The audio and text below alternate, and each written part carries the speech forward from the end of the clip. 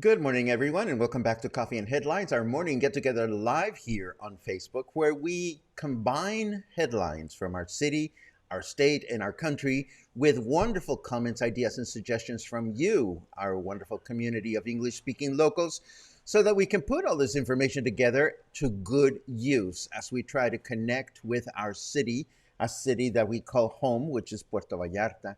It is a pleasure to see you, and I wonder, why didn't you do anything about humidity this weekend?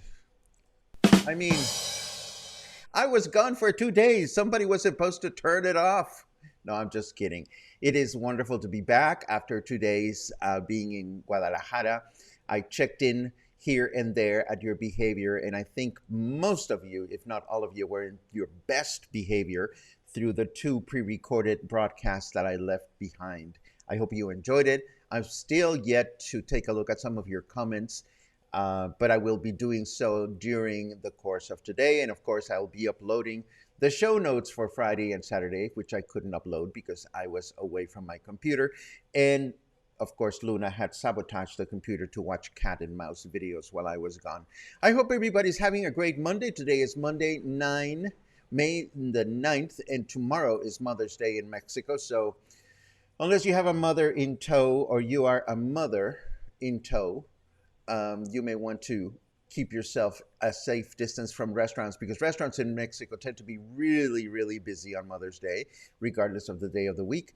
But before we go there, let me first say welcome to everyone that is joining us for the first time. If this is the first time that you're joining us live and you've never commented before, just write the word new and we will be so happy to give you a nice and friendly welcome.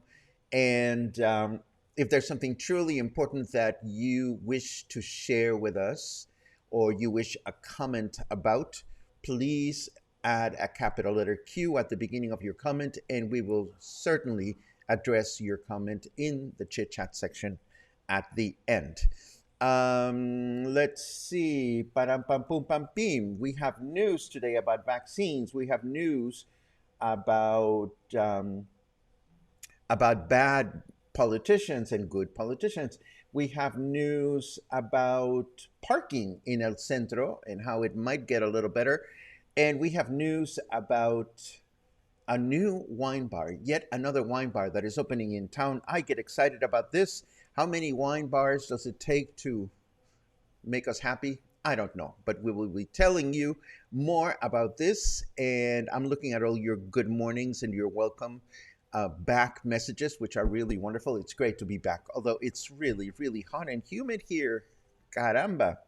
Oh no, that's my coaster. Here's my sweat rag. There you go. Okay. Now that that's said and done, let us get the comments, not the comments, let us get the news started and we'll take it from there.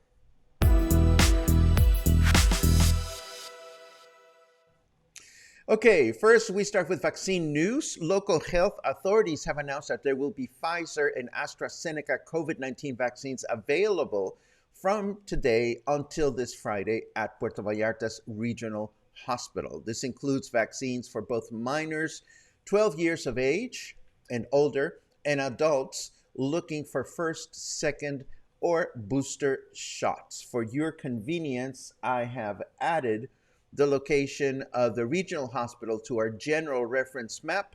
It is under landmarks along with all the other public health clinics that we have mentioned to date in case you need a vaccine or you know somebody that does. Puerto Vallarta, this is good news. Puerto Vallarta is now part of a federal program from the Secretary of Agriculture and Rural Development, through which as many as 11 local streets could be paved in the near future, with the Federation providing 70% of the cost and our municipality contributing the remaining 30%. The City Council met to determine the streets that could benefit from this program, and they are listed in this news note. They are in colonias all over the city, in case you are curious. Now, no information is provided as to when the final decision will be made, which streets will actually be considered, if not all of them, and when the improvements will begin. But with the rain season getting closer and closer, we certainly hope it's going to happen sooner rather than later. And speaking of improvements, last week we announced the construction of a water canal near the Highway 200 connection with our neighbor state Nayarit, forecasting some heavy traffic along the Ameca River Bridge going northbound while the construction takes place. Now we know that these improvements will take approximately 3 months to complete, which means that we're looking at 3 months during which your travels north to our neighbor state could take longer than usual because traffic will be deviated or detoured at the Las Juntas intersection so that you can access the bridge. As an aside, when we took the bus to Guadalajara on Friday morning, we could see indication that work would be underway in the near future, but we were still able to cross over to Nayarit over the bridge without incidents. So if you head that way on a regular basis and you are detoured, we would appreciate your comment in the future.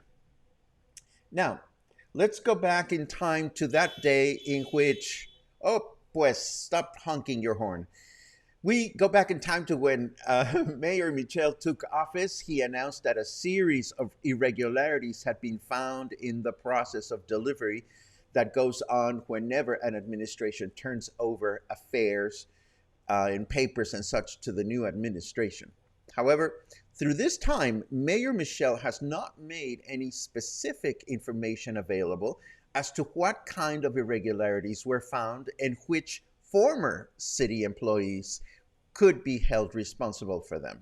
But this changes this week, as Mayor Michel has announced that specific announcements to that effect will be made public no later than May 15. Now, I personally don't know how that works. I suspect, or I imagine, that what new administrations do is they look at the papers and they look at the stuff, and if they find that somebody took off with their fly open, to come up with an expression, you know, the new administration make phone calls and say, hey, your fly is open and we're going to announce it on such and such date unless you wish to zip it up on your own. But of course, this is my very naive interpretation of how business is conducted in the city. I have no idea how those things work. All we know is that if there were some very bad guys in the past administration, they will be announced this week. Now, Puerto Vallarta is not the only place where there are good guys and bad guys. And speaking of irregularities, one of Mayor Michel's current advisors has now been linked to irregularities in the state of Zacatecas, where millions of pesos were, as they say locally, detoured. So you see, the karma comes and goes. This particular person that shows up here in this photograph looking very important in a tie and a suit appears as an advisor in the city's payroll and makes a comfy salary of over 48,000 pesos per month. I could use some of that, considering the fact that it comes out of our taxes. Anyhow, let us move over to our weather forecast just to see who forgot to turn the humidity off.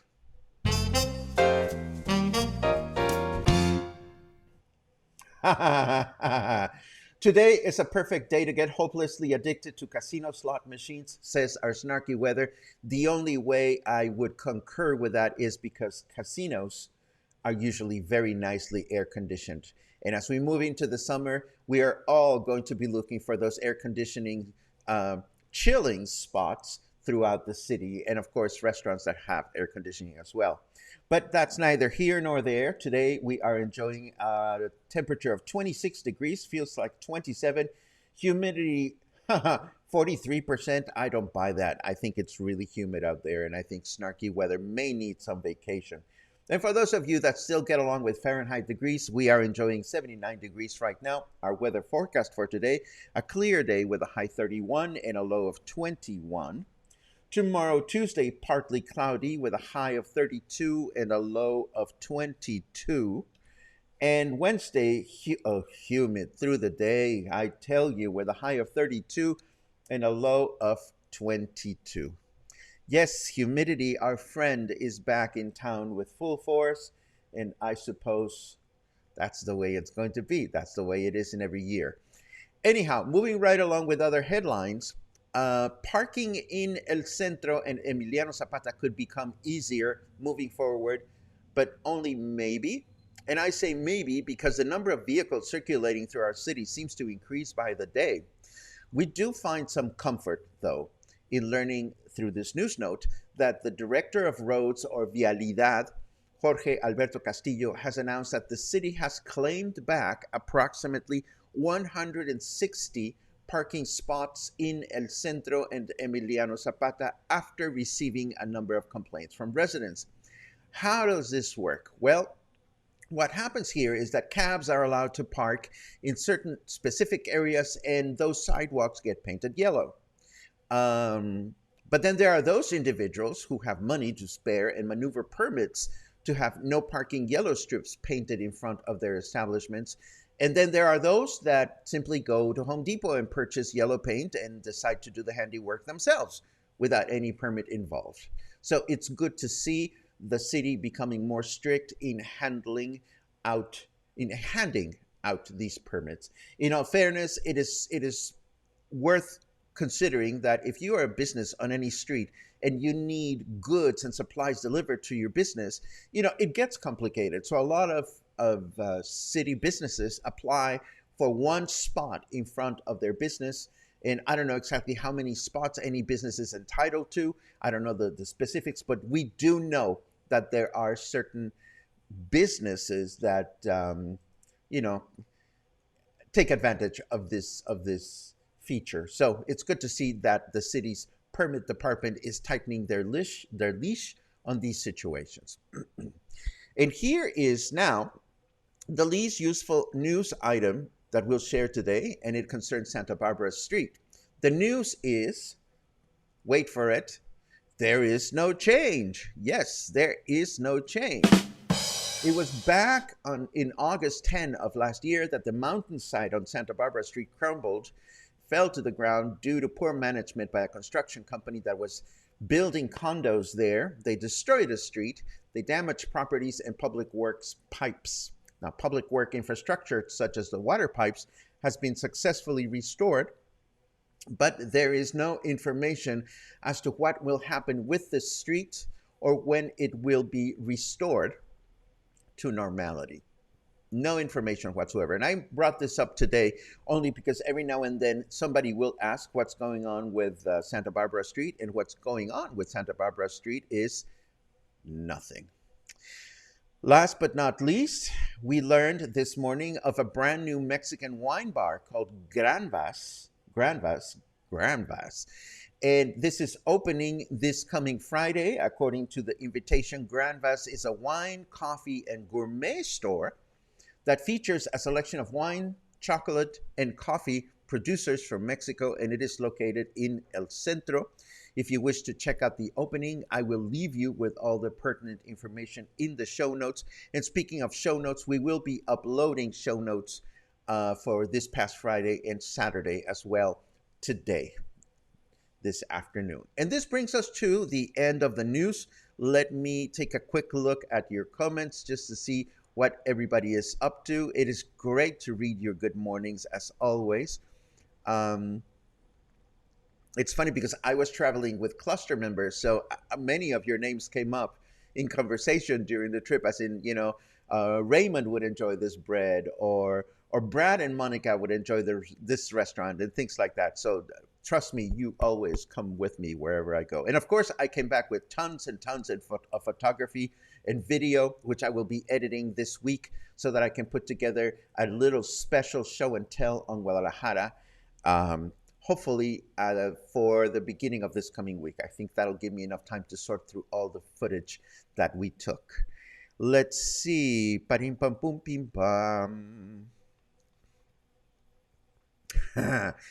We were really good while you were gone. Well, I don't mind a little bit of mischief, Albert. I am so very. There was a really funny comment. I can't remember what it was, but it'll come to me. Maybe it'll come to me. Let's see what else we have. Oh, I hear you, Sherry. Sherry's having a banana vanilla yogurt chia seed smoothie. I am making my transition to iced coffee as we speak, and that's what we're going to be enjoying through the summer and until the fall. Many, many, many good mornings. Doug says, hope you had a fabulous getaway. It was wonderful. It exceeded my expectations. We all had a wonderful time. The only downfall is that the much mentioned Van Gogh immersive was not ready. It was not ready. And there will be a whole anecdote about that whenever we do our Guadalajara show and tell. Our saving grace was that, the Van Gogh was taking place at a big shopping center where Bed Bath & Beyond was located. So what do you do when you cannot get art? You go shopping. Let's see. Good morning and happy Mother's Day to all mothers. Thank you, Jeff. Luna will wish me happy Mother's Day tomorrow because tomorrow is our official day. Kathleen is 8 days on. Kathleen is leaving. Well, there's only one way to fix that, and that is to come back. Kathy, on the other hand, counting down the days until we arrive in Puerto Vallarta. 20 days. I love it. Restaurant week is coming. Any recommendations? Oh my God, what a loaded question.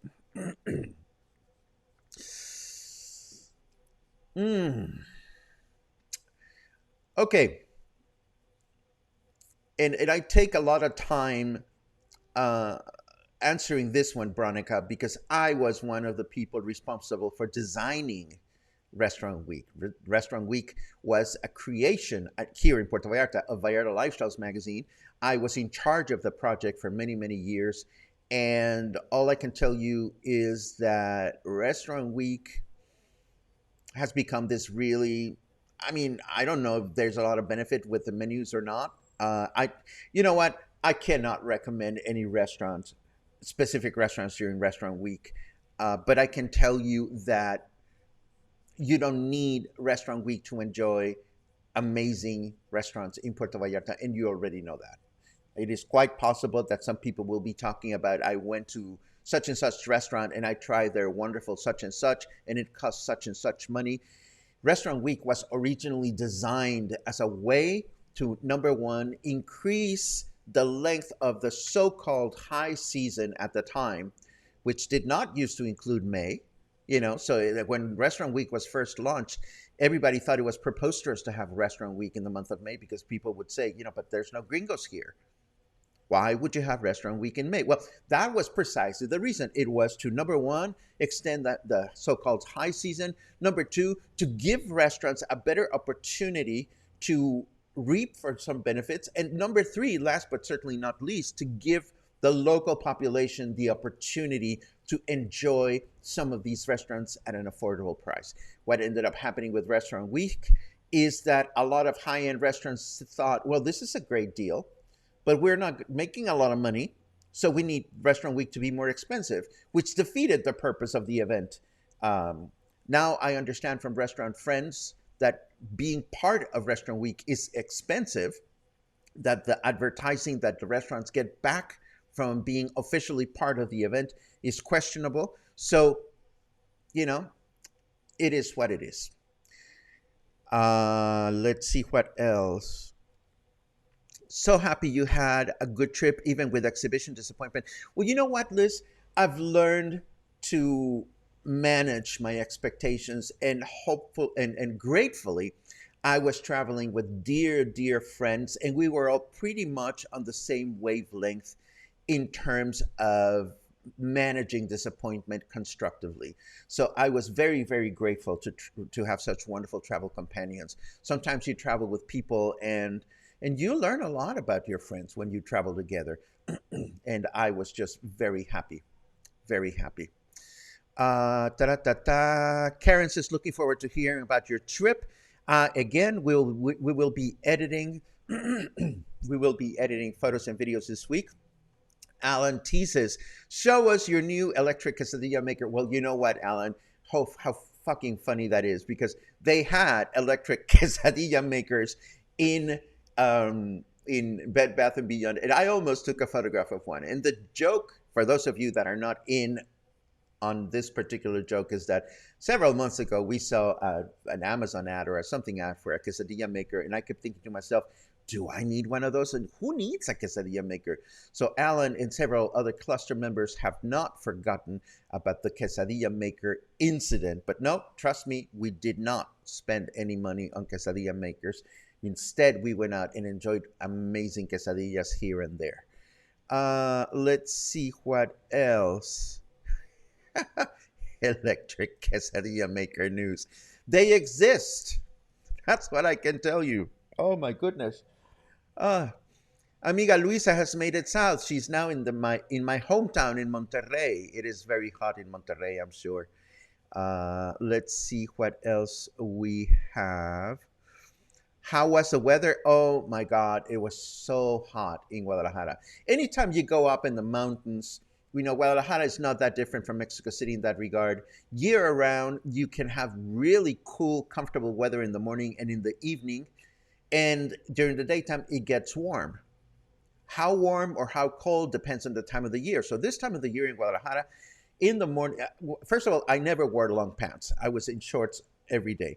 The days that we went out running errands, we enjoyed ourselves better whenever we were walking everywhere early in the morning. But by afternoon, you need to have watering stops here and there all the time just to keep yourself refreshed. But the good news is that it was not humid, so it was very, very bearable.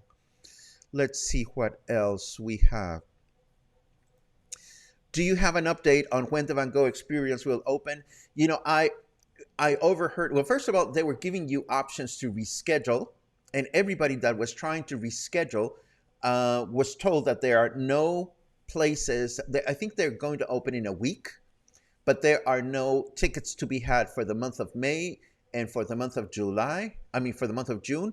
So even now, if you want to get Van Gogh tickets in Guadalajara, you probably are looking at July and August. And we don't know if this is going to be extended. My best suggestion to you, Wanda, is to go to the official website. Just Google Van Gogh Guadalajara, and I'm sure you will find it. What?